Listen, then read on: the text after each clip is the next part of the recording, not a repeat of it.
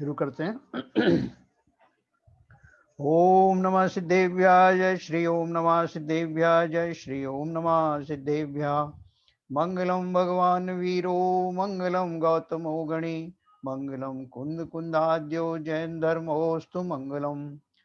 सर्वमंगल मांगल्यम सर्वकल्याण कारकम प्रधानम सर्वधर्माणां जयनम जयतु शासनम जैनम जयतु शासनम जैनम जयतु शासनम। तो हमने कल बात करी थी, ये जो उद्गल स्कंद जो होते हैं उनके भेद हमने पढ़े थे, और हमने ये भी देखा था कि जो इलेक्ट्रॉन न्यूट्रॉन आदि जो हमारे वैज्ञानिक बताते हैं उनसे भी कई गुना छोटा, जो जैन सिद्धांत के जो परमाणु हैं उनसे कई गुना छोटा होता है। तो वो नाम तो आइडेंटिकल जो है, लेकिन जो उसका जो वास्तविक स्वरूप है उसमें बहुत फर्क है। इसी तरह से चंद्रमा सूरज आदि इनका जो स्वरूप है, इनका डिस्टेंस है, कितनी दूरी पर रहते हैं, उनका क्या प्रकार है, कितने बड़े विमानों में वो रहते हैं, ऊपर कौन रहता है, ये सारी चीजें हमारी साइंस वालों ने मानी तो है, हमने उनको एग्जिस्टेंस तो हमारे यहाँ भी है, लेकिन हमारे हिसाब से उनकी सब इन सब चीजों में, डायमेंशंस में, डिस्टेंसेस में, सब में बहुत अंतर है। इसलिए हम लोग बोलते हैं ना कि जो चंद्रलोक में जाने की बात करते हैं वो वैज्ञानिक, वास्तव में जो चंद्रलोक जो है इतने डिस्टेंस के ऊपर है कि वहां तक पहुंचने के लिए कोई रॉकेट बना ही नहीं है। तो फिर भी जो जैसी थ्योरी चल रही है, तो कल हमने आकार की अपेक्षा से स्कंद पुद्गल के भेद पढ़े थे। स्थूल स्थूल, स्थूल स्थूल सूक्ष्म, सूक्ष्म स्थूल, सूक्ष्म और सूक्ष्म सूक्ष्म। पेज नंबर 159, जैन धर्म जानिए नवीन संस्करण। देखो, इसमें हम पढ़ने वाले वर्गणा। ये वर्गणा शब्द का इस्तेमाल हम बहुत आजकल व्यापक रूप से करते हैं। वो सवेरे जो सुधा सागर महाराज का जो चलता है वहाँ पे शांति धारा वगैरह, फिर वो आते हैं, वो एड्रेस करते हैं आमा की पहाड़ियों में, या अच्छी वर्गणाएं हैं, मूर्ति के अंदर में बहुत उत्तम वर्गणाएं हैं, पॉजिटिव एनर्जी रहती है, ऐसे शब्द जो हैं हमको बहुत सुनने को मिलते हैं। तो वर्गणाएं क्या हैं? वर्गणा किसे कहते हैं? समान गुण वाले उद्गल परमाणुओं के वर्गों, समूहों को वर्गणा कहते हैं, है ना। उद्गल परमाणु है ना, उनका एक जैसे वो फोटोन कहते हैं या कैसे अपना पुंज कहते हैं, जैसे उस तरह का एक जो वर्ग है जिनमें एक जैसे गुण वाले हों, समान गुण वाली उद्गल परमाणुओं के वर्गों, समूहों को वर्गणा कहते हैं। यह लोक के सर्व प्रदेशों पर अवस्थित है ना। ये सूक्ष्म तरंगे अपन पकड़ते हैं ना, जो कहीं टीवी चैनल से पकड़ रहे हैं, मोबाइल से पकड़ रहे हैं, तो ये सब तरंगे क्या है? वर्गणाएं हैं। सभी परमाणु एक ही जाति के होते हैं और इनमें भेद नहीं होता है।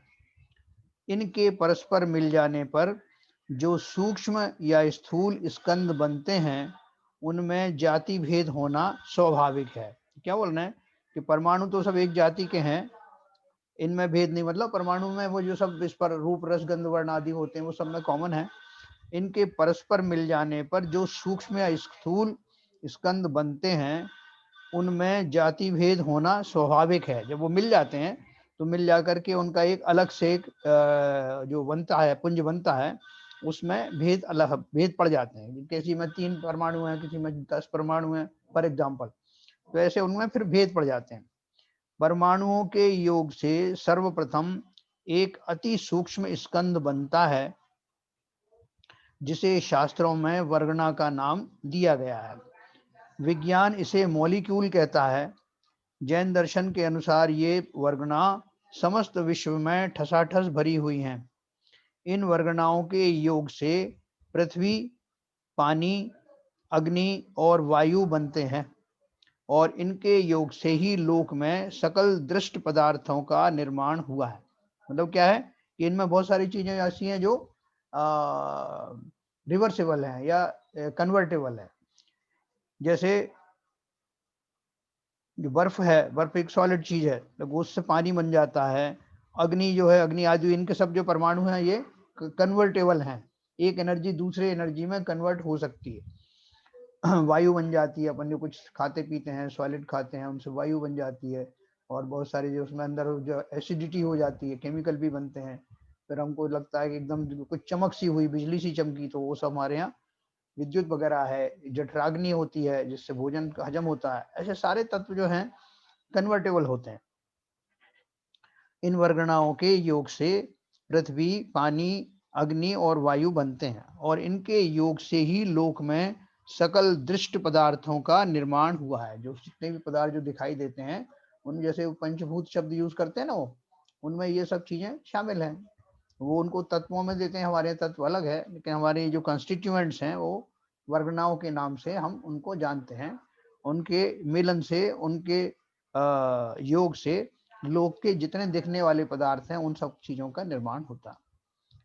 फिर पुद्गल वर्गना के भेद, जैसे मैंने कल आपको बताया था कि 23 भेद निम्नानुसार है। पुद्गल वर्गनाओं का जो पुंज है, समूह है, उनके 23 टाइप की वो वर्गनाएं होती हैं। पहला अणुवर्गना, दूसरा संख्याताणुवर्गना, तीसरा असंख्याताणुवर्गना, चौथा अनंताणुवर्गना, पांचवा आहार वर्गना, छठवां अग्राह्य वर्गना, सातवां तेजस शरीर वर्गना, आठवां अग्राह्य वर्गना, अग्राह्य मतलब जिनको ग्रहण नहीं किया गया, नवा भाषा वर्गना, 10वां अग्राह्य वर्गना तृतीय, ये द्वितीय तृतीय। फिर मनोवर्गना 12, अग्राह्य वर्गना चतुर्थ, कर्मण वर्गना, ध्रुव स्कंद वर्गना, शांतर निरंतर वर्गना, ध्रुव शून्य वर्गना प्रथम, प्रत्येक शरीर वर्गना, ध्रुव शून्य वर्गना द्वितीय, बादर निगोद वर्गना, ध्रुव शून्य वर्गना तृतीय, सूक्ष्म निगोद वर्गना, ध्रुव शून्य वर्गना चतुर्थ, और महास्कंद वर्गना। ऐसे ये 23 भेद हैं वर्गनाओं के। ग्रहण योग्य जो वर्गनाएं हैं उन्हें ग्राह्य वर्गना कहते हैं। मतलब ये सारी वर्गनाएं अपन ग्रहण नहीं करते, लेकिन ये होती हैं, एग्जिस्ट करती हैं। और जो ग्रहण योग्य नहीं है उन्हें अग्राह्य वर्गना कहते हैं।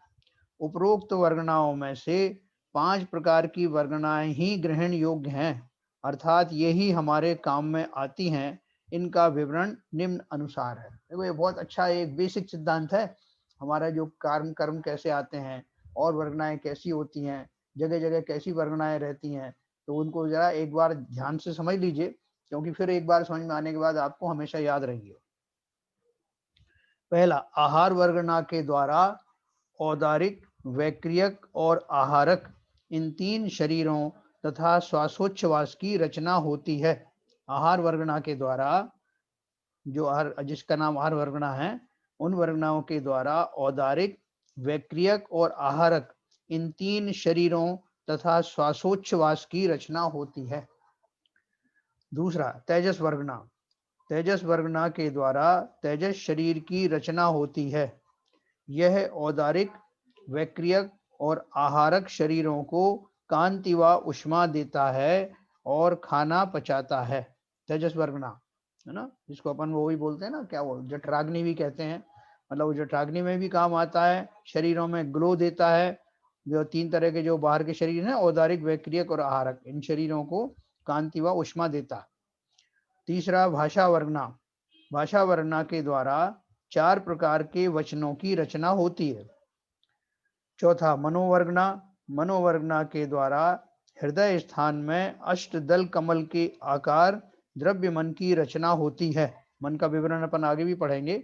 मतलब देखो, जो जिन चीजों से बाकी इंद्रियां बनती हैं उनके परमाणु अलग होते हैं, वर्गनाएं अलग होती हैं, और जिनसे भाषा बनती है वो वर्गनाएं अलग हैं। तेजस शरीर जिससे बनता है वो अलग है, बाहरी हमारे शरीर है वो वर्गनाएं अलग है। और मनोवर्गना, जिनसे मन बनता है, जो हमारे वो भी अदृश्य है ना, लेकिन वो स्पेशल वर्गनाओं से बनता है, उसे मनोवर्गना कहते हैं। फिर 5वां है कर्मण वर्गना। कर्म रूप परिणमित होने योग्य वर्गनाओं को कार्बन वर्गना कहते हैं। इनके द्वारा 8 प्रकार के कर्म बनते हैं। मन वचन काय की प्रवृत्ति से जीव के आत्म प्रदेशों में प्रति समय परिस्पंदन होता रहता है।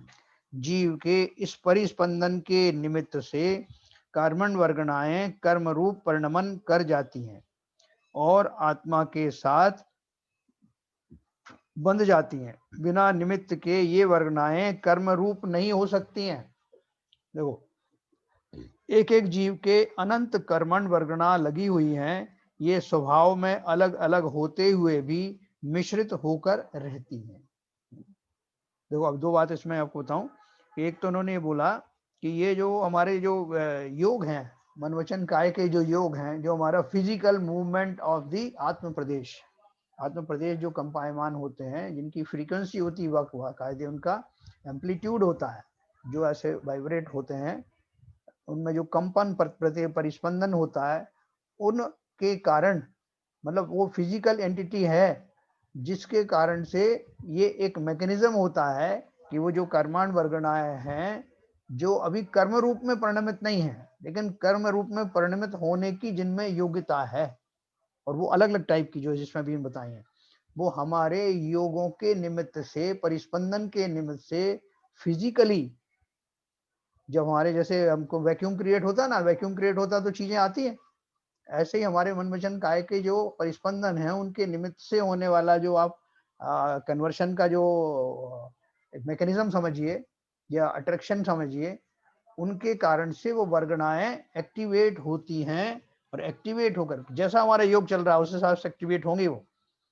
और मन वचन काय के हमारे जो योग हैं, मतलब मन वचन काय के जो उसमें जो विचार जुड़ते हैं, और वो परिस्पंदन फिजिकली रूप से जब पार्टिसिपेट करते हैं, तो जो कर्माण वर्गणाएं जिस योग्य होती हैं, जिनमें जो गुण होता है, वो हमारे भावों के निमित्त पा करके वही वाली वर्गणाएं हमारी तरफ आती हैं, उन भावों से जो अट्रैक्ट होने वाली हैं, और वो फिर उन कर्मों में या दूसरे शरीर आदि में कन्वर्शन उनका होता है। तो बिना निमित्त के वैसे नहीं होती, पड़ी रहेंगी वो, निमित्त चाहिए वर्गणाओं को, करती खुद ही है, योग्यता खुद की है, लेकिन निमित्त क्या है? जीव के भावों का निमित्त। बिना निमित्त के ये वर्गणाएं कर्म रूप नहीं हो सकती हैं। एक एक जीव के अनंत कर्मण वर्गणा लगी हुई है, हम सब जानते हैं। ये स्वभाव में अलग अलग होते हुए भी मिश्रित होकर रहती हैं। जैसे 8 प्रकार के कर्म है, तो अलग अलग जो है सभी कर्म की वर्गणाएं है ना हमारे पास। एक ही कर्मण शरीर में सब तरह की वर्गणाएं बह रही हैं, तो सबके अलग अलग स्वरूप हैं, अलग अलग स्वभाव हैं। कब कौन सी कर्मणा फलीभूत होगी, इसका मैच्योरिटी पीरियड आएगा, उस हिसाब से हमको फल दिखाई देता। दूसरा है नौकर्म वर्गणा। नौकर्म वर्गणा क्या है? औदारिक, वैक्रियक और आहारक शरीरों के योग्य वर्गणाओं को नौकर्म वर्गणा कहते हैं। ये तो जो अपन ने पढ़ा था कर्माण वर्गणा, जिनसे कर्म रूप परिणमित होना। और ये नो कर्म वर्गणाएं क्या है? जिनसे जो शरीर दिख रहे हैं ना बाहर के, औदारिक, वैक्रियक और आहारक शरीरों के योग्य वर्गणाओं को नो कर्म वर्गणा कहते हैं। तो शरीर आदि जो हमारे बनते हैं जिनसे, उपरोक्त 23 प्रकार की वर्गणाओं में से कार्बन, भाषा, मनो व तेजस वर्गणाओं के अतिरिक्त शेष 19 प्रकार की वर्गणाएं नो कर्म वर्गणाएं हैं। फिर से बताता हूं। औदारिक, वैक्रियक और आहारक शरीरों के योग्य वर्गणाओं को नौकर्म वर्गणा कहते हैं। उपरोक्त 23 प्रकार की वर्गणाओं में से कार्बन, भाषा, मनो व तेजस वर्गणाओं के अतिरिक्त शेष 19 प्रकार की वर्गणाएं नो कर्म वर्गणाएं हैं। नो कर्म वर्गणाओं में और भी चीज आती है जो दृश्य दिखाई देती हैं, और जो हमारे शरीर आदि के निर्माण में कुछ तो काम आती, कुछ नहीं आती, है ना। देखो, मैंने एक चार्ट बनाया था, शायद अभी होगा तो मैं आपको दिखाऊंगा।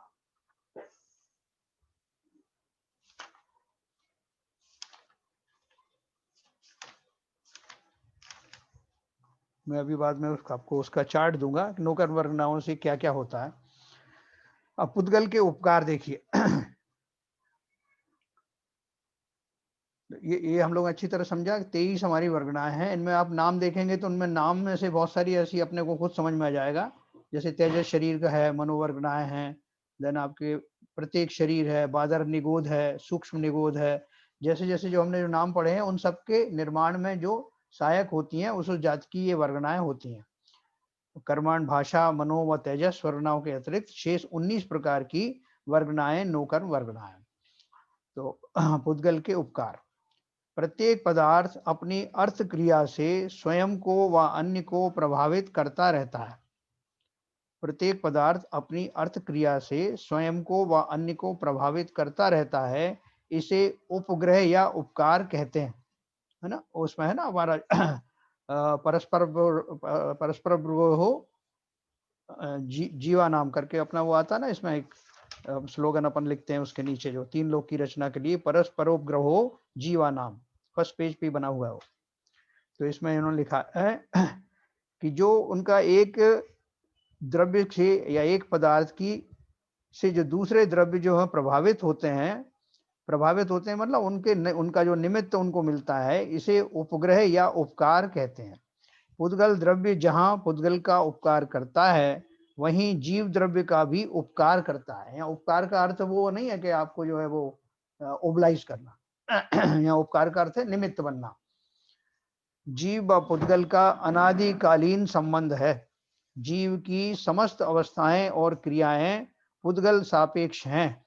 आहार, शरीर निर्माण, इंद्रिय संरचना, श्वास प्रश्वास, भाषा और मानसिक चिंतन के लिए वह निरंतर पुद्गलों को ग्रहण करता रहता है। अर्थात जीव की समस्त क्रियाएं पुद्गल से ही संपादित होती हैं। पुद्गल के बिना जीव एक क्षण के लिए भी संसार में नहीं रह सकता है। इसको अंडरलाइन करना, आप कैसे नहीं रह सकता बताएंगे। पुद्गल के बिना जीव एक क्षण के लिए भी संसार में नहीं रह सकता है। पुद्गल जगत से संबंध विच्छेद होने पर ही जीव की मुक्ति संभव है। ठीक है, मैं अभी आपको अनम्यूट करूंगा, तो इसमें थोड़े प्रश्न हो तो आप पूछेंगे।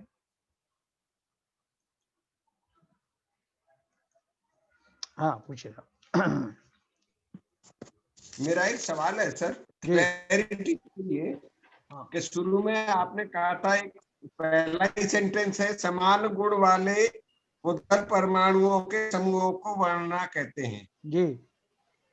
पहला ही सेंटेंस आज जो पढ़ा है। हाँ बिल्कुल बिल्कुल बिल्कुल बिल्कुल बिल्कुल। और फिर इसके नीचे दूसरे पैरा में दिया गया है कि परमाणुओं के योग से एक सूक्ष्म स्कंद बनता है, जिसे शास्त्रों में वर्गणा का नाम दिया गया है, जिससे पानी, तो हाइड्रोजन ऑक्सीजन वगैरह जिसको मिलाते हैं, जिनके समान गुण तो नहीं हो सकते ना?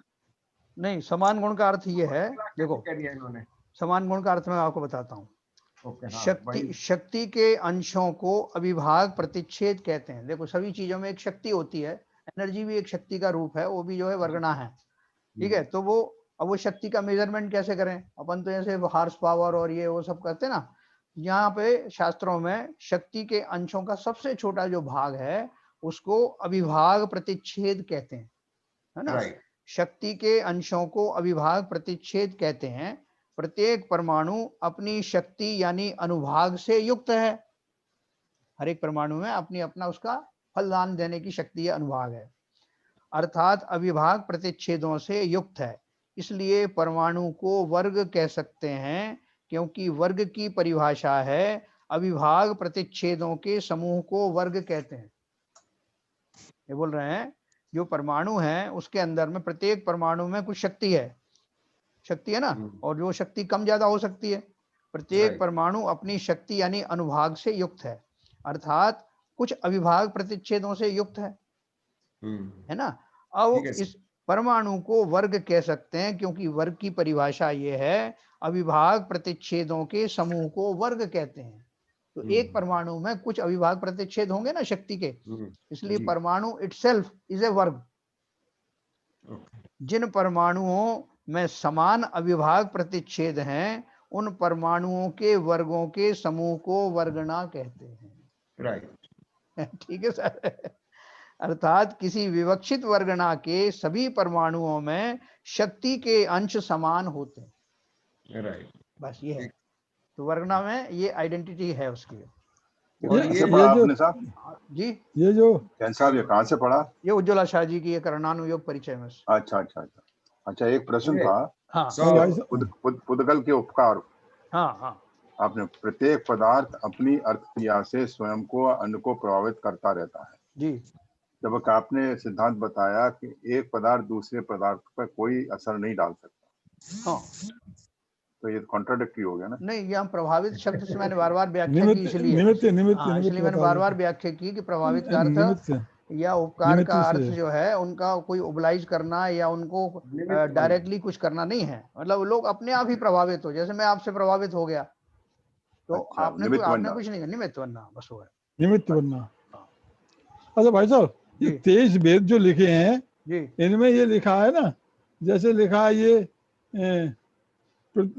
अग्राह वर्णा तृतीय द्वितीय प्रथम, और ये जो है ध्रुव वर्णाएं प्रथम द्वितीय तृतीय चतुर्थ, ये सब एक ही वर्णा के नाम प्रथम द्वितीय चतुर्थ, ये क्यों लिख दिए हैं? क्या क्या है, क्या मतलब है इसका? ये इसका ऐसा मतलब हो सकता है, जैसे गवर्नमेंट सार में वैसे और डिटेल में दिया, अपन ने पढ़ा था, मैं फिर से देखूंगा उसको। बाकी मुझे ये लग रहा है कि इसका अर्थ क्या है कि जैसे एक प्लास्टिक है, सपोज करो, तो प्लास्टिक एग्जाम्पल के लिए बता रहा हूँ, अब प्लास्टिक भी हमारे लिए अग्राह्य है, शरीर तो धारण नहीं करता प्लास्टिक को, तो ये प्लास्टिक से बनी हुई जितनी भी चीजें हैं वो एक कैटेगरी में आ गई।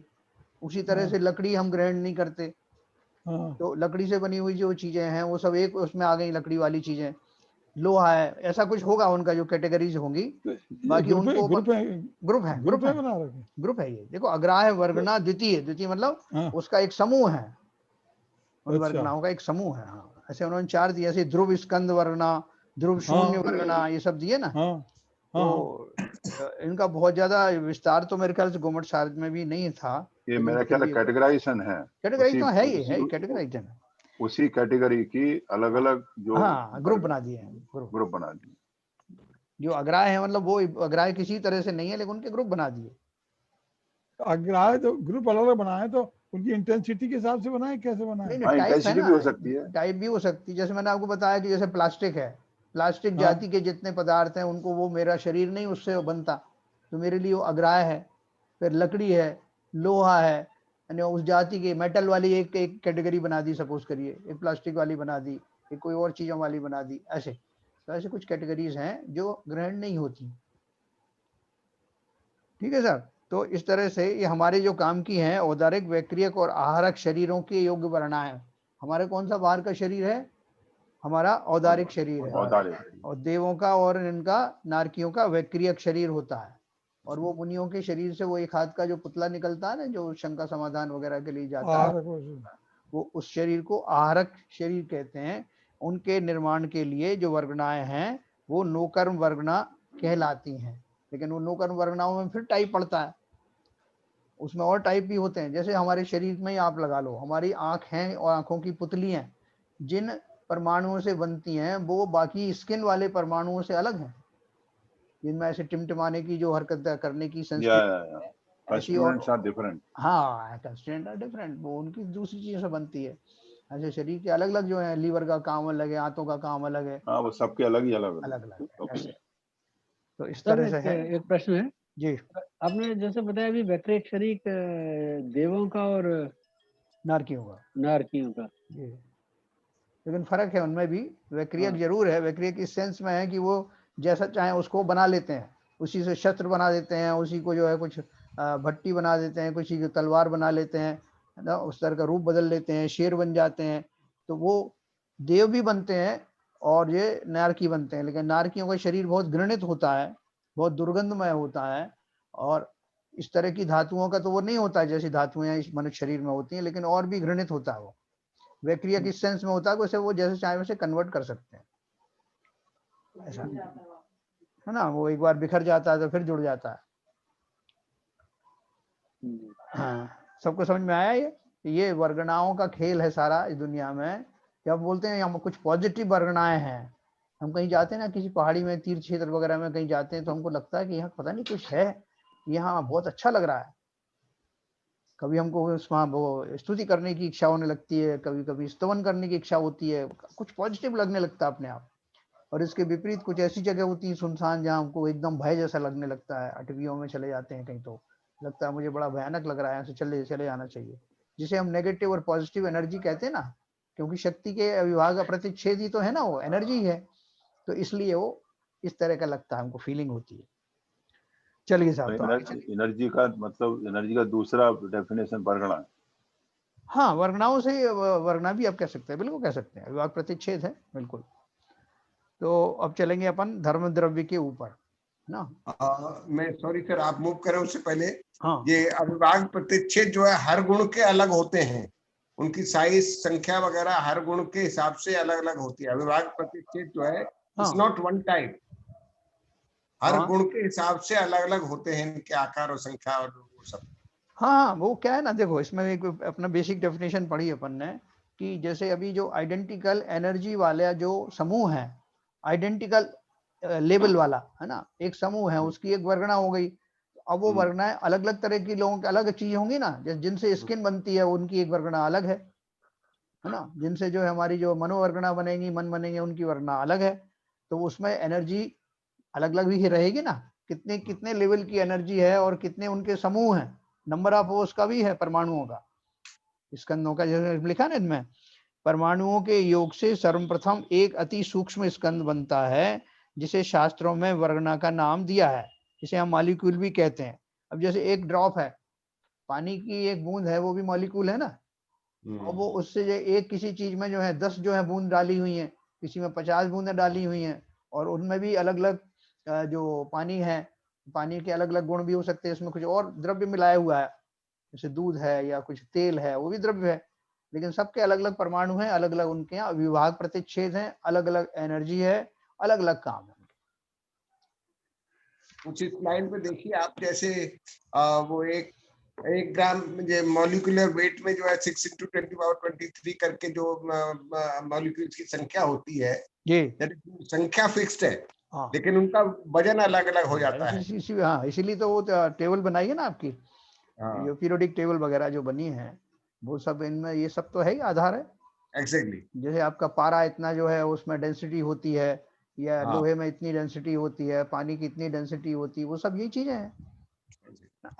ये तो उसके मॉलिक्यूलर वेट हर एक केमिकल के अलग ही अलग होते हैं ना उनके। हाँ अलग, तो ये तो बोल रहे हैं अलग अलग वर्गना है उनकी, इसलिए अलग अलग अलग अलग अणुओं से क्या होता है, अविभाज्य जो प्रतिच्छेद है उनकी संख्या फिक्स हो जाती है एक पर्टिकुलर ग्राम मॉलिक्यूलर वेट में। Yes yes.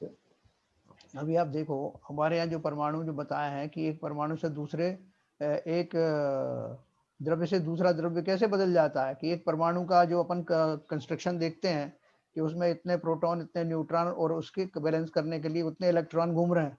अब अगर वही नंबर ऑफ इलेक्ट्रॉन अलग अलग हो जाए, तो ऑर्बिट्स अलग अलग हो जाए, तो वही वस्तु दूसरी चीज बन जाती, दूसरी चीज एग्जैक्टली है ना। नहीं साहब, ऑर्गेनिक केमिस्ट्री में आप देखिए ना, बॉन्डिंग चेंज होती जाती है, तो उसके सारे पूरे चेन बदल जाती है। नहीं, वो चेन में क्या बदला, देखो परमाणु तो मैं जैसे न्यूट्रॉन है, न्यूट्रॉन नाम की चीज उसमें रहेगी, प्रोटॉन नाम की चीज उसमें रहेगी, इलेक्ट्रॉन नाम की चीज रहेगी, लेकिन बदल क्या जाएगा, उनके अरेंजमेंट बदल जाएंगे, अरेंजमेंट बदल जाएंगे, उनके नंबर बदल नंबर्स हो जाएगा, जाएंगे, नंबर बदल क्वांटिटी जाएगा। बदल जाएगी, हाँ, कंपाउंड ही बदल जाता है पूरा का पूरा। हाँ, इसी से उन्हीं से बनता है। कंपाउंड में तो दूसरा कॉन्स्टिट्यूएंट आ जाता है, मगर जो प्योर होता है उसका तो एक ही रहता है। नहीं, कितने भी आ भी जाए उनमें, वे तो बाउंड्री लाइन के ऊपर रहते हैं, वो उसमें एक परमाणु दूसरे परमाणु में घुसता नहीं है। नहीं वो तो नहीं घुसता, मगर वो स्कंद में तो रहता है। हाँ, स्कंद में रहेगा, बिल्कुल रहेगा। हाँ, स्कंद में रहेगा। तो चलिए, अब अपन इसके बारे में और कभी जिज्ञासा होगी तो अपने पास ये पुस्तक है, और भी कुछ डिटेलिंग मुझे मिलेगी आपको को दूसरी किताबों में से, गवर्नमेंट सार वगैरह, तो आपको मैं शेयर करूंगा। तो अभी हम चलेंगे धर्म द्रव्य के ऊपर, है ना। धर्म द्रव्य, अधर्म द्रव्य, आकाश द्रव्य और काल द्रव्य, है ना। ये जो हम पहले कई बार पढ़ चुके हैं, तो इसमें मुझे लगता है कोई ज्यादा परेशानी नहीं आएगी। जीव व पुद्गल दोनों द्रव्य क्रियाशील है। म्यूट करूं, एक मिनट।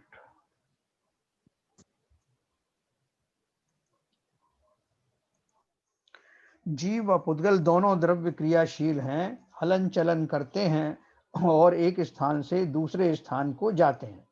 यदि कोई द्रव्य हलन चलन करता है या एक स्थान से दूसरे स्थान को जाता है, तो इस हेतु कोई माध्यम होना चाहिए, मीडियम अपन ने कल पढ़ा था। यह माध्यम ही धर्म द्रव्य है। धर्म द्रव्य जीव व पुद्गल के गमन में उदासीन रूप से सहायक होता है। जीव व पुद्गल को चलने की प्रेरणा धर्म द्रव्य नहीं देता है, अपितु जब वे चलते हैं तो उदासीन रूप से मदद अवश्य करता है। जैसे जल मछलियों के तैरने में सहायक है, अथवा पतंग को उड़ने में हवा सहायक है। यदि यह द्रव्य नहीं हो तो हम चल नहीं सकेंगे। हर एक चीज को मीडियम चाहिए ना, साउंड एनर्जी को भी जो है हवा चाहिए, वायु चाहिए, उसके अंदर ही दरवाजा बंद कर देते तो आवाज इधर से उधर नहीं जाती है। कुछ चीजें जो है लेजर वगैरह जो है वो वैक्यूम में ट्रेवल करती हैं, जो और ज्यादा फास्ट करती हैं, लाइट वगैरह जो है। तो सबको एक मीडियम चाहिए होता है, एक खाली एग्जाम्पल के लिए। और सबके लिए एक कॉमन मीडियम है धर्म द्रव्य और अधर्म द्रव्य। यदि यह द्रव्य नहीं हो तो हम चल नहीं सकेंगे। कोई भी पदार्थ शून्य में गमन नहीं कर सकता है। शून्य में गमन नहीं करने का अर्थ है उनका ये यहाँ पे ये विशेष है, मतलब जहां धर्म द्रव्य ना हो उस शून्य की बात कर रहे हैं। किसी भी क्रिया के लिए माध्यम की आवश्यकता होती है। जैन धर्म के अनुसार इस माध्यम को धर्म द्रव्य कहते हैं। यह द्रव्य अन्य किसी द्रव्य से प्रभावित नहीं होता है, केवल जीव व पुद्गल द्रव्य ही एक दूसरे को प्रभावित करते हैं। जो उनका मूवमेंट होता है ना, जैसे जीव के भावों का निमित्त पाकर के कर्मांड वर्गणाएं जो है उनके आत्मा की ओर आती हैं अपनी क्रियावती शक्ति के कारण, या उनके अंदर में पुद्गल शरीर के अंदर में जीव होता है और उनका निमित्त बनता है, उसका अपना मूवमेंट बनता है। यह धर्म द्रव्य समूचे लोक में तिल में तेल की तरह व्याप्त है, मगर आंखों से दिखाई नहीं देता है। यह अचेतन है और इसका कोई रूप भी नहीं है, अर्थात अरूपी है। यह ना तो चलता है और ना ही फैलता या सिकुड़ता है। इसका आकार जीव पदार्थ की भांति लोकाकाश जितना है और इसके प्रदेशों की संख्या भी लोकाकाश के समान असंख्यात है, क्योंकि लोकाकाश हमारा असंख्यात प्रदेशी है इसका प्रमाण। तो उतने ही एरिया में धर्म द्रव्य और अधर्म द्रव्य भी फैले रहते हैं, और ये चलते फिरते नहीं, ऐसे हवा नहीं चल रही उनकी, वही धर्म द्रव्य की हवा चल रही हो अधर्म द्रव्य की हवा नहीं, स्थिर हैं, एक ही पूरे सब में छाए हुए हैं, और वहां जो सभी जीवों को और द्रव्यों पुद्गलों को उस तरह का संयोग प्रदान करते हैं। यह द्रव्य समूचे लोक में तिल में तेल की तरह व्याप्त है, मगर आंखों से दिखाई नहीं देता है। यह अचेतन है और इसका कोई रूप भी नहीं है, अर्थात अरूपी है। यह ना तो चलता है और ना ही फैलता या सिकुड़ता है। इसका आकार जीव पदार्थ की भांति लोकाकाश जितना है और इसके प्रदेशों की संख्या भी लोकाकाश के समान असंख्यात है। लोकाकाश के बाहर यह द्रव्य नहीं है, इसी वजह से कोई जीव लोकाकाश के बाहर नहीं जा सकता है।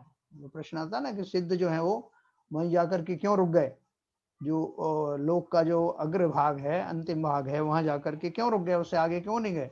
तो कहा जाता है कि वहां पर धर्म द्रव्य नहीं है, ऐसा कहा जाता है। और ये भी कहते हैं कि उसमें जो उनकी योग्यता जो है वहीं तक जाने की मूवमेंट की वहीं तक रहती है। मतलब ये निमित्त कथन है कि धर्म द्रव्य नहीं है, या वैसी योग्यता भी उसके अनुसार इतनी बनाई है। जैसे हमारे पास गुब्बारा है, तो गुब्बारे को मैंने इतना ही फुलाया कि एक पर्टिकुलर हाइट तक ही जाए, तो उतनी हाइट तक जाएगा, उसके बाद उसमें द्रव्य ही नहीं। तो एक तो उसकी स्वयं की योग्यता भी होगी, और दूसरा धर्म द्रव्य जो निमित्त रूप है वो भी वहां पर नहीं होता। तो ये दोनों का मिलीजुली अवस्था है। आज के वैज्ञानिकों ने जिस पदार्थ को ईथर नाम दिया है वह जैन आगम का धर्म द्रव्य है। यह धर्म शब्द का उपयोग पुण्य के अर्थ में नहीं है, अपितु यह एक द्रव्य है ना। वैसे ईथर कहते हैं ना कि वो हमारी आत्मा जो ईथर में मिल गई, और बहुत सारे लोगों की ऐसी कल्पना होती है। तो ईथर क्या है, ये बोलते हैं कि वो धर्म द्रव्य है, उसका मूवमेंट जो है वो सब जगह रहता है, उसके कारण से मूवमेंट रहता है। फिर दूसरा है अधर्म द्रव्य। जो द्रव्य स्वयं ठहरते हुए अन्य जीव या पुद्गलों को ठहरने में उदासीन रूप से सहायक है, वह अधर्म द्रव्य। दोनों ही द्रव्य कैसे उदासीन है, वो पार्टिसिपेट नहीं करते। जैसे अपन ने बात की ना कि जल में रहने वाली मछली है, वो मछली खुद चलना चाहे तो जल उपस्थित है, जल अवेलेबल है, और नहीं है तो वो जबरदस्ती नहीं ले जाएगी आपको कि चलिए साहब हम तो तैयार बैठे हैं, आप कब तैरोगी, ऐसा व्यवस्था नहीं है। उसी तरह से अधर्म द्रव्य के बारे में, अन्य जीव व पुद्गल को ठहरने की प्रेरणा अधर्म द्रव्य नहीं देता है, अपितु जब वे ठहरते हैं तो उनकी सहायता अवश्य करता है। सहायता का क्या है, मतलब अवेलेबल है। जैसे वृक्ष की छाया यात्री को ठहरने में सहायक होती है, यदि यह द्रव्य नहीं हो तो हम ठहर नहीं सकेंगे, है ना। वो तो जैसे हमारा ब्रेक लग जाते हैं ना, चलते चलते हमें ब्रेक लगाना है तो ब्रेक ही नहीं लगे अगर ये अधर्म द्रव्य ना हो तो वो शक्ति अवेलेबल है कि जब हम चाहें या द्रव्य पुद्गल आदि जब चाहें रुकना चाहें तो रुकने की एक व्यवस्था मौजूद है। यह अधर्म द्रव्य समस्त लोक में तिल में तेल की तरह व्याप्त है, मगर आंखों से दिखाई नहीं देता है। यह भी अचेतन और अरूपी है। यह ना तो चलता है ना सिकुड़ता है और ना ही फैलता है। इसका आकार जीव की भांति लोकाकाश जितना है और प्रदेशों की संख्या भी लोकाकाश के समान असंख्यात है ना।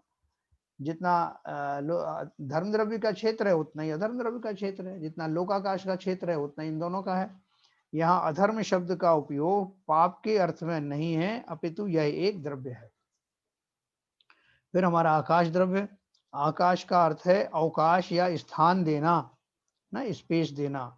सामान्य भाषा में ऊपर जो नीला नीला दिखाई देता है उसे आकाश, स्काई कहते हैं, मगर जैन आगम में आकाश का अर्थ वह द्रव्य है जो अन्य द्रव्यों को अवकाश देता है। अवकाश देता मतलब वहां रहने के लिए उनको व्यवस्था देता है।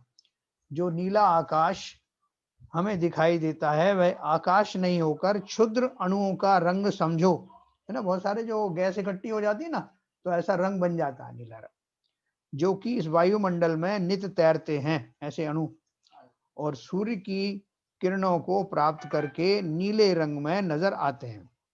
जो हमें नजर आता है वह पुद्गल होना चाहिए, मगर आकाश द्रव्य पुद्गल नहीं है ना। देखो ये समझाने के लिए उन्होंने क्या बढ़िया बात बताई है कि हमको वो दिख रहा है, वो तो वो दिखने वाला तो पुद्गल है, इसलिए तो दिख रहा है, उसमें रंग है ना, तो रंग उसके हो, उसके जो गुण है, तो जो दिख रहा है वो तो पुद्गल द्रव्य, वो आकाश द्रव्य नहीं है। वस्तुतः आकाश द्रव्य अमूर्तिक व रंगहीन है और इसे इंद्रियों से नहीं जाना जा सकता। यहाँ अपने चारों ओर जो खाली स्थान दिखाई देता है वह खाली जगह यानी स्पेस ही वस्तुतः आकाश द्रव्य है। आकाश का अर्थ क्या है? हमारे आसपास का जो स्पेस, जिस स्पेस को हमने ऑक्यूपाई किया है उसको हम आकाश कहते हैं। हमारा आकाश अलग है, दूसरी चीजों का आकाश अलग है। अलग है मतलब कि मतलब जितना स्पेस है उन्होंने ऑक्यूपाई किया वो उनका है। जहां तक दृष्टि फैलाएं वहां तक सर्वत्र आकाश ही आकाश है। हमारी दृष्टि तो क्षितिज तक ही जा सकती है, मगर क्षितिज का कहीं अंत है ही नहीं, जिसे हम हॉराइजन कहते हैं ना। क्षितिज की ओर हम चाहे कितनी भी दूर तक चले जावें, क्षितिज हमसे दूर ही रहता है। वस्तुतः हमारी दृष्टि सीमित दूरी तक ही देख सकती है, जबकि आकाश का कोई अंत नहीं है।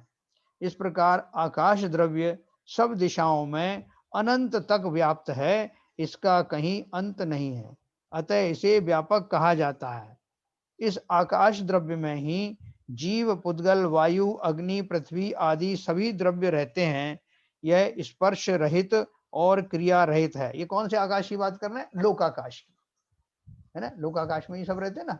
और जो वास्तव में पूर्ण आकाश है, जो फुल है लोकाकाश और अलोकाकाश मिला करके, वो तो बहुत ज्यादा है, वो तो उसका तो कोई लिमिट ही नहीं। उसके बीच में जो रचना है तीन लोक की, जो हमने उसका आकार बनाया ना, मनुष्याकार का जो है, जिसमें बात वाला है, वो हमारी बाउंड्री है। लेकिन उसके बियॉन्ड भी जो अलोकाकाश है तो उसके बियॉन्ड भी है ऐसा। तो ये जो है, हम इस आकाश द्रव्य में ही जीव, पुद्गल, वायु, अग्नि, पृथ्वी आदि सभी द्रव्य रहते हैं।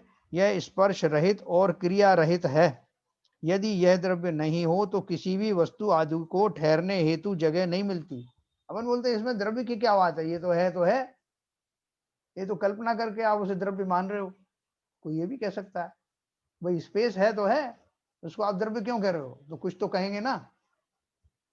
अगर वो स्पेस है तो उसे कुछ तो कहना ही पड़ेगा। एल.के. जैन साहब यही कहने वाले थे कि साहब ये काहे की कल्पना कर रखी है आपने, धर्म द्रव्य की, अधर्म द्रव्य की। ये तो शक्तियां हैं, मौजूद रहती हैं, इसमें क्या है? इनको धर्म का नाम क्यों दे दिया या धर्म द्रव्य क्यों दे दिया? तो इन शक्तियों का, इन स्पेस का, इन एंटिटी का नाम जो दिए हैं वो इस तरह से दिए गए हैं। आकाश में असंख्यात सूर्य, चंद्रमा व पृथ्वी आदि अधर स्थित हैं। अधर स्थित है ना। उनको किसने यहाँ से बांस बल्लियां लगाई हैं, अपन वो छत बनाते हैं ना, तो क्या बनाते हैं, सेंटरिंग करते हैं, सेंटरिंग, वो छत गिर नहीं जाए उसके पहले।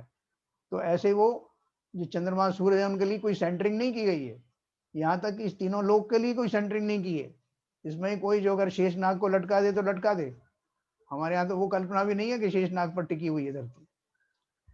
यह आकाश द्रव्य की विचित्र अवगाहना शक्ति का चमत्कार है। ये संपूर्ण पृथ्वी इसके अंदर अधर है। आकाश द्रव्य स्वयं प्रतिष्ठित है, नित्य है और सदैव ऐसे का ऐसा ही रहा है और भविष्य में भी ऐसा ही रहेगा। यह दो प्रकार का है, जैसे मैंने आपको बताया। पहला लोकाकाश, लोक के जितने भाग में छहों द्रव्य पाए जाते हैं वह लोकाकाश है। और अलोकाकाश यानी लोक के जितने भाग में केवल एक आकाश द्रव्य पाया जाता है वह अलोकाकाश है। लोकाकाश के बाहर जो अनंत आकाश है वही अलोकाकाश है। मैं काल द्रव्य और पढ़ता हूं, उसके बाद फिर अपन डिस्कस करेंगे। जो स्वयं काल द्रव्य, जो स्वयं परिणमते हुए अन्य सभी द्रव्यों के परिणमन में सहकारी है वह काल द्रव्य है। वस्तु मात्र के परिवर्तन में यह द्रव्य सहायक है। यह परिवर्तन स्वाभाविक है और रोका नहीं जा सकता है। सभी पदार्थ अपने अपने गुण पर्यायों द्वारा स्वयं प्रतिक्षण परिणमन को प्राप्त होते हैं। देखो ये बहुत इंपॉर्टेंट द्रव्य है। हम इसके कितनी जगह यूज करते हैं कि उसका काल आ गया, अभी इसका काल नहीं आया। सब चीज अपने काल में ही पकती है ना। कर्म अपने काल में फल देते हैं, इसका परिणमन इतने काल में हुआ, इसका कितना अपन उपयोग करते हैं। तो वो क्या है, वस्तु मात्र के परिवर्तन में यह द्रव्य सहायक है। यह परिवर्तन स्वाभाविक है और रोका नहीं जा सकता। मतलब परिवर्तन तो वस्तुओं का स्वरूप है, स्वभाव है। काल द्रव्य तो उसमें निमित्त बनता है। किसी काम में 3 साल लगे तो हम बोलते 3 साल लगे, तो उन काल द्रव्य ने थोड़ी 3 साल लगवाए। जितना समय लगा उसको हम काल द्रव्य कह देते हैं, उसको, उसका जो व्यवहार काल है। सभी पदार्थ अपने अपने गुण पर्यायों द्वारा स्वयं प्रतिक्षण परिणमन को प्राप्त होते हैं, किंतु बाह्य निमित्त के बिना यह परिणमन शक्ति व्यक्त नहीं होती है। जिस प्रकार कुम्हार के चक्र के फिरने में उसके नीचे लगी कील सहायक होती है, उसी प्रकार काल द्रव्य सहायक है। बिना कील के चक्र का घूमना संभव नहीं। इसी प्रकार काल द्रव्य के बिना पदार्थों का परिणमन संभव नहीं है। अतः काल द्रव्य पदार्थ के परिणमन में सहायक है ना। सहायक है का अर्थ क्या है, वही निमित्त है। काल द्रव्य उनका परिणमन बलात् नहीं करता है, अपितु मात्र सहकारी निमित्त है। यह अनादि अनंत है, वर्तना ही इसका लक्षण है। काल द्रव्य को निज परिणमन हेतु अन्य द्रव्य की अपेक्षा नहीं है, क्योंकि परिणमन ही इसका स्वभाव है। काल द्रव्य सूक्ष्म परमाणु बराबर है। देखो अभी कोई बोले कि सभी द्रव्यों को काल निमित्त बनता है उनके परिणमन में, तो काल द्रव्य का भी तो परिणमन हो रहा होगा ना, तो उसके परिणमन में कौन निमित्त है? कोई पूछ सकता है ना ये बात। उसकी जो पर्याय बदल रही है काल द्रव्य की तो बदल रही है। घंटे मिनट से घंटा हो रहा है, घंटा से जो है वो महीने हो रहे हैं, वर्ष हो रहे हैं, तो उसके परिणमन में कौन निमित्त है? तो उन्होंने क्या लिखा है इसमें, यह अनादि अनंत है, वर्तना ही इसका लक्षण है। काल द्रव्य को निज परिणमन हेतु अन्य द्रव्य की अपेक्षा नहीं है, क्योंकि परिणमन होना ही तो जो है वो काल है। वो काल स्वयं ही है, वो खुद ही बदल रहा है, अपने आप ही बदल रहा है, क्योंकि परिणमन ही इसका स्वभाव है। काल द्रव्य सूक्ष्म परमाणु बराबर है। जो अपन बोलते हैं ना कि हर एक प्रदेश में, आकाश के हर प्रदेश में एक एक कालाणु विद्यमान है। तो हमको ऐसा लगता है कि जो आकाश दिख रहा नीला, इसमें एक एक जगह पे एक एक अणु जो है रख दिया गया है। अपन को ऐसा हो जाता ना, तो उसका अर्थ ये नहीं है। उसका अर्थ ये है कि संपूर्ण जितनी स्पेस है, उन स्पेस का जो सबसे छोटे भाग को हम क्या कहते हैं, प्रदेश कहते हैं। और हर उस प्रदेश में रहने वाली जो वस्तुएं हैं उनका परिणमन होगा ना, तो उसके परिणमन के लिए रिस्पॉन्सिबल कौन है? रिस्पॉन्सिबल मतलब निमित्त कौन कौन का मिलेगा? जो उस प्रदेश में मौजूद जो काल द्रव्य है वो रिस्पॉन्सिबल है, मतलब उसके अंतर्गत, उसका निमित्त उनके अंतर्गत रहने वाली वस्तुओं को मिलेगा। ऐसा काल द्रव्य सूक्ष्म परमाणु बराबर है। हम प्रायः देखते हैं कि जो व्यक्ति जवानी में सुंदर था, बुढ़ापे में उसके चेहरे पर झुर्रियां पड़ जाती हैं और उसकी सुंदरता नष्ट हो जाती है। इसी प्रकार नया मकान 100-150 वर्षों में जीर्ण शीर्ण हो जाता है। जब किसी ने कुछ नहीं किया तो ऐसा क्यों होता है? अपन तो चाहते हैं कि हम ऐसे ही जवान बने रहें, और सारे अपन क्रीम पाउडर वो सारी चीजें यूज करते भी है ना। कोई एलोवेरा बता देता है उसे रगड़ लेते हैं, जो जो बताओ वो सब करने को तैयार है, लेकिन फिर भी जवानी रुकती नहीं ना। यह जो परिवर्तन होता है वह काल द्रव्य का ही कार्य है। काल द्रव्य के कालाणु संपूर्ण लोक में के एक एक प्रदेश पर अवस्थित हैं। ये कालाणु एक दूसरे से बंध को प्राप्त नहीं होते, स्वतंत्र रहते हैं कि एक प्रदेश का पर वो जो कालाणु दूसरे से चिपक जाए, उनका बंध नहीं होता, वो अलग अलग रहते हैं और अपनी स्वतंत्र सत्ता में बने रहते हैं। जैसे रत्नों के ढेर में रत्न परस्पर मिले हुए तो रहते हैं, मगर परस्पर बंध को प्राप्त नहीं होते हैं। उसी प्रकार प्रत्येक कालाणु रत्नों की मणियों की तरह आकाश में अलग अलग प्रदेशों पर स्थित है। कालाणुओं का परस्पर न मिलने के कारण यह काल द्रव्य अकाय या अप्रदेशी कहलाता है, परंतु ये अदृश्य, निराकार, निष्क्रिय और असंख्यात होते हैं। अपन ने वो पंचास्तिकाय पढ़ी थी ना, ग्रंथ अधूरा रह गया था हमारा, तो उसमें जो 5 द्रव्यों के बारे में बात कही थी, 5 अस्तिकाय द्रव्यों के बारे में कहा था, जिसमें काल शामिल नहीं था, क्योंकि काल की अस्थि नहीं है। अस्थि यानी काय नहीं है। तो काय का अर्थ क्या है कि वो एक से अधिक परमाणुओं से मिलकर के नहीं बना है, वो एक प्रदेशी है, इसलिए वो इनमें जुड़ाव ऐसा नहीं होता, स्कंद रूप में नहीं बनता। वो लिखा ना, कालाणुओं का परस्पर न मिलने के कारण यह काल द्रव्य अकाय या अप्रदेशी कहलाता है, परंतु ये अदृश्य, निराकार, निष्क्रिय और असंख्यात होते हैं।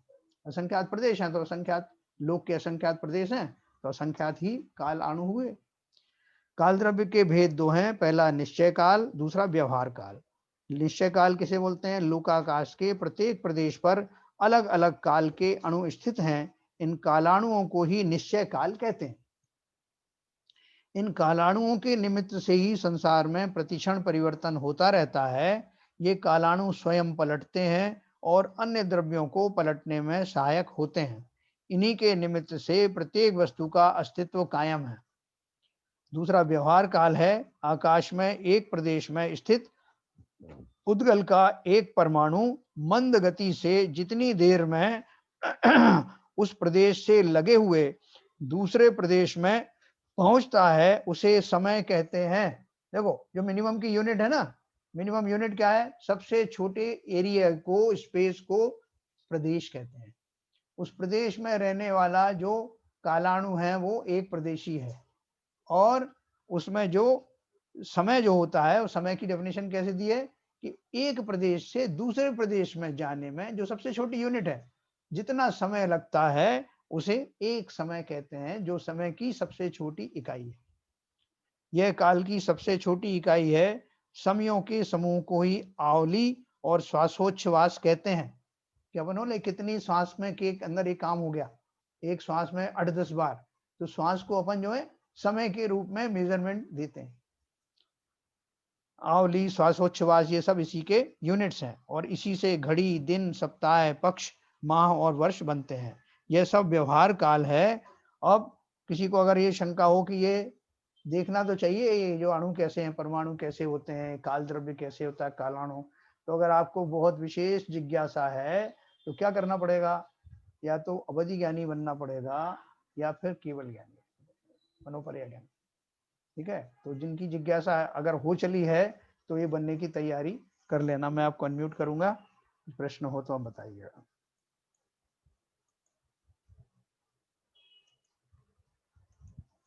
हाँ साहब बोलिए। ये आपने उसमें आकाश द्रव्य में जी पूरा विवेचन किया, इसके आप बताएंगे वैक्यूम में क्या पोजीशन रहती है मूवमेंट की? देखो, अपन वैक्यूम किसे कहते हैं? जिसमें से वायु निकाल दी गई हो। जी हाँ, है ना, लेकिन स्पेस तो है ना वहां भी।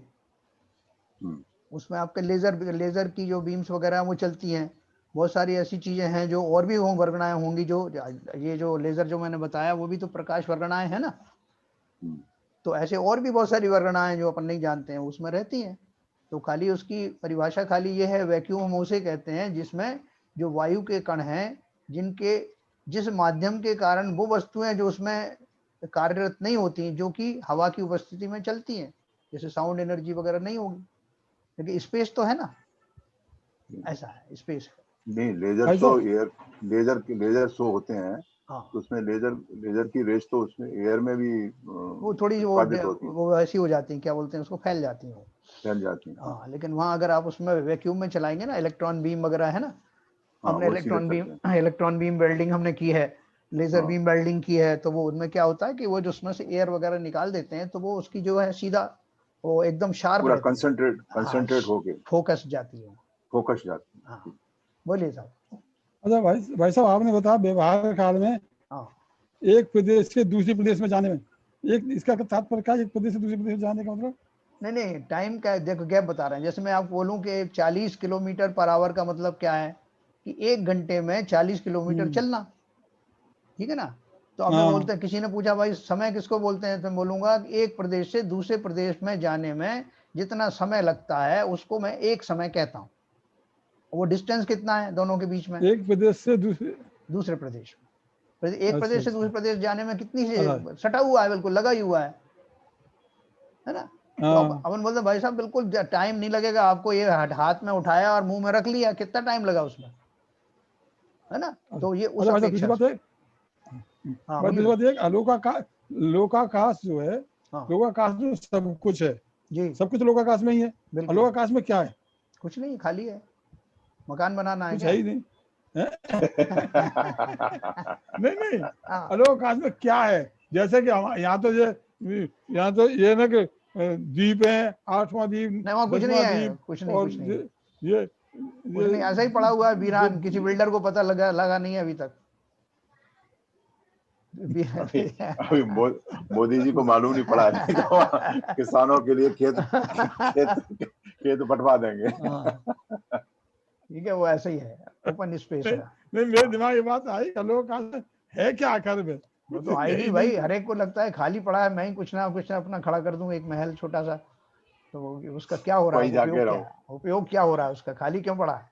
देखो हम लोग किसी भी चीज को जो है बर्दाश्त नहीं कर सकते, वो खाली क्यों पड़ा है ना? वो हमारे किसी काम आ जाए, ये तो हमारे राग है ना, और हमारे रागों की सीमा कितनी है? सूरज चंद्रमा वगैरह आदि जितने भी जो कुछ भी है वो लोकाकाश के अंदर है, लोकाकाश में कुछ भी नहीं है। लोकाकाश ही नहीं, ये तो जो है मध्यलोक में है, जो हमारे सूरज चंद्रमा आदि जो है वो तो ऊर्ध्व लोक में भी नहीं है, जहाँ जो स्वर्ग वगैरह है, ये तो नीचे ही मध्यलोक का ही भाग है।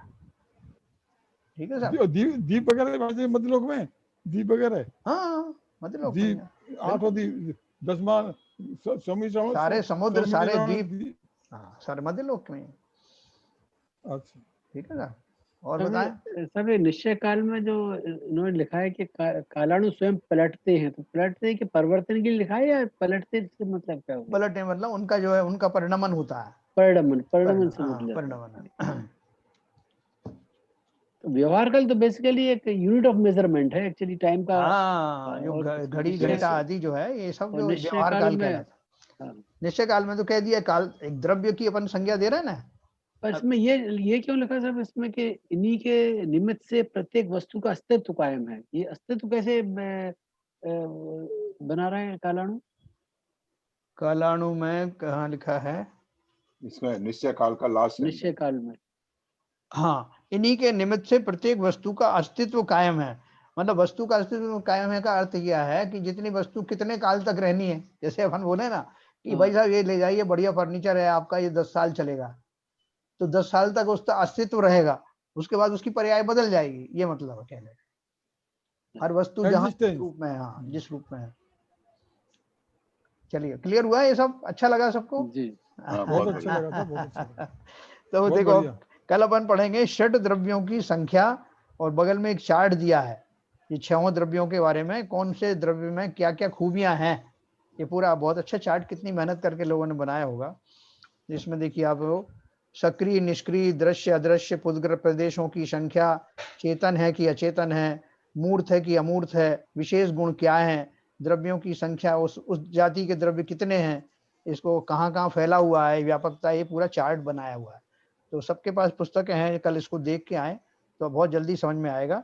फिर अपन ये द्रव्यों की संख्या, मूर्तिक अमूर्तिक द्रव्य, द्रव्यों का आकार, ये सब पढ़ेंगे। और थोड़ा तत्व का जो अपन पढ़ चुके हैं वो तत्व का थोड़ा शॉर्ट में पढ़ेंगे, ठीक है। तो कुल मिला के सबको एक जानकारी तो आ रही है ना, जो हमने पहले कभी नहीं पढ़ी। अच्छा, नई चीजें देखने को सुनने को मिल रही है। चलिए साहब, तो लॉजिकल है, बहुत लॉजिकल। ये एक बार हमारे समझ में आ जाएगा ना सिविजन साहब, तो हमको बहुत सारे कंफ्यूजन चले जाएंगे। नहीं ये तो नया ज्ञान है सर। हाँ, कंफ्यूजन तो बात की बात है, ये तो नया ही ज्ञान है। तो ये द्रव्यों के ऊपर तो अभी पाठशाला जैसे ऑनलाइन शुरू हुई है, द्रव्यों के ऊपर तो कल तीसरा चौथा राउंड है। हाँ। बाबूजी बात सही है, अभी ऑब्जर्व होना शुरू हो गया है सब, अभी ऑब्जर्व हो रहा है। हाँ, आप तो क्या कहते हैं भाग्यशाली है जो इतनी बार सुन चुके हैं। हमें तो पहली बार आपके लिए भी कह रहा हूँ, मैं आपके लिए भी कह रहा हूँ। हाँ, सभी आप भी जब से आपने ज्वाइन किया है, हाँ वो तो बात सही है, तीसरी चौथी बार बता रहे हैं। नहीं वो तो पहली बार तो सुन के, और हाँ पहली बार तो हो, अब तो आप लोग अच्छी तरह समझ गए होंगे। नहीं, एलके जैन साहब ने जो बात घिस के बताया जा रहा है, घिस के नहीं तो एलके जैन साहब ने सही बात कही है। अब ये एब्जॉर्ब होना चालू हो गया है। हाँ अब एब्जॉर्ब असली बात तो अब ये एलके जैन साहब ने कही है कि पहले जो हमने शांति पर प्रदर्शन में ये सब पढ़ चुके हैं, इसकी बहुत ज्यादा विवेचना हो चुकी है और बहुत अच्छी तरह इसका विवरण दिया जा चुका है, मगर कुछ बातें सुनने के बाद एब्जॉर्ब नहीं हो पाती हैं। अब जो इस किताब से जब दोबारा विवेचन शुरू हुआ है तो ये क्या कहते हैं, अभी एब्जॉर्ब होना चालू हो गया है, इस पर कंसंट्रेशन और ज्यादा बढ़ गई। अब आप लोगों को वस्तु स्वरूप का ज्ञान होने लगा है धीरे धीरे। नहीं वो तो एब्जॉर्ब होना चालू हो गया साहब, वस्तु स्वरूप का ज्ञान। दी सेम थिंग, मैं वही बात कह रहा हूँ। वस्तु का विशेषता क्या है, द्रव्य की विशेषता क्या है, द्रव्य क्या है। संजय प्रकाश जो है आपको समझ में आ रहा है भाई? एकदम नए हैं हमारे संजय प्रकाश जी।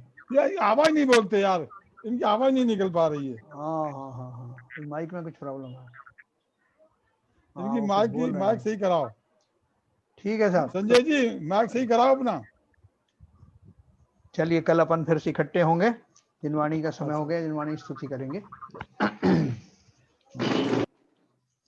मिथ्यातम नाश वेको ज्ञान के प्रकाश वेको अपर भास वेको भानु सी बखानी है।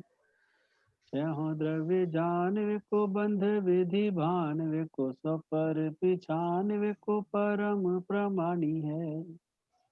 अनुभव बताए वेको जीव के जताए वेको काहू न सताए वेको भव्य और आनी है। जहाँ तहाँ तार वेको पार के उतार वेको सुख विस्तार वेको यही जिनवाणी है। हे जिनवाणी भारती तो है जपू दिन रैन, जो तेरी शरणा गए सो पावे सुख चैन। जिनवाणी के ज्ञान से सूझे लोकालोक, तो वाणी मस्तक नमो सदा देते हैं धूप, सदा देते हैं धूप। जिनवाणी माता की जय। जय जय जय। नमोकार बोलेंगे।